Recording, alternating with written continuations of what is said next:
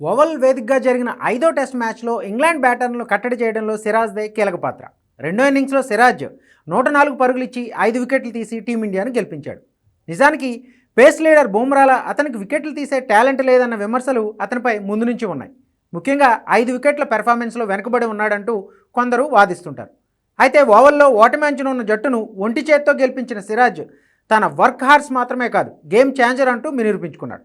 Bumrah గైర్హాజరీలో India bowling పదును తగ్గుతుందేమోనని భయపడిన వేళ సిరాజ్ నేనున్నానంటూ ముందుకొచ్చాడు.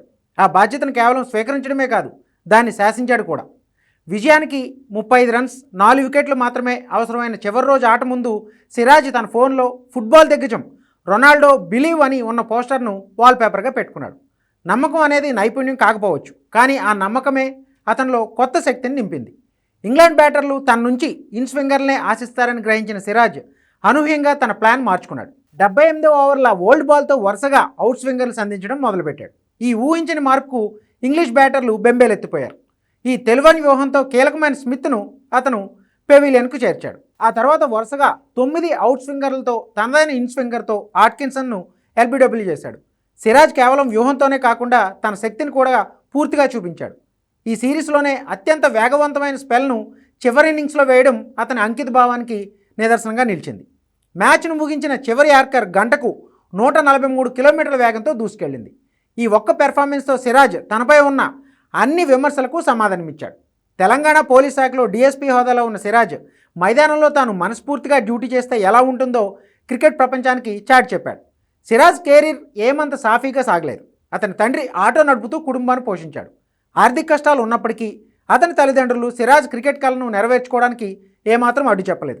చిన్నతనంలో సిరాజ్కు సరైన కోచింగ్ కూడా దొరకలేదు. స్థానిక కుర్రాళ్లతో టెన్నిస్ బాల్ క్రికెట్ ఆడుతూ తన నైపుణ్యాన్ని మెరుగుపరుచుకున్నాడు. అతని వేగం, దూకుడు అతని స్నేహితుల దృష్టిని ఆకర్షించాయి. ఆ తర్వాత అతను చార్మినార్ క్రికెట్ క్లబ్లో చేరి లెదర్ బాల్తో క్రికెట్ ఆడటం మొదలుపెట్టాడు.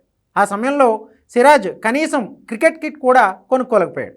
2015లో సిరాజ్ హైదరాబాద్ అండర్-23 జట్టుకు సెలెక్ట్ కావడంతో తన జీవితంలో ఓ మలుపు తిరిగిందని చెప్పొచ్చు. అతని అద్భుతమైన ప్రదర్శనలు రంజీ ట్రోఫీ జట్టులో చోటు సంపాదించి పెట్టాయి. అతని వేగం, దూకుడు ఐపీఎల్ స్కౌట్స్ను ఆకర్షించాయి. 2017లో సన్ రైజర్స్ హైదరాబాద్ సిరాజ్ను ఐపీఎల్ వేలంలో 2.6 కోట్లకు కొనుగోలు చేసింది. ఇది అతని జీవితాన్ని పూర్తిగా మార్చేసింది. అదే ఏడాది న్యూజిలాండ్తో జరిగిన T20 ఇంటర్నేషనల్లో అంతర్జాతీయ అరంగేట్రం కూడా చేశాడు. తర్వాత సీజన్లో ఆర్సీబీకి మారడం మరో టర్నింగ్ పాయింట్. ఎందుకంటే స్టార్ క్రికెటర్ విరాట్ కోహ్లీ ఆధ్వర్యంలో సిరాజ్ మరింత రాటుదేలాడు. మధ్యలో ఫామ్ కోల్పోయి ఇబ్బంది పడినా కోహ్లీ ఇచ్చిన స్ఫూర్తితో మళ్ళీ రీఎంట్రీ ఇచ్చాడు.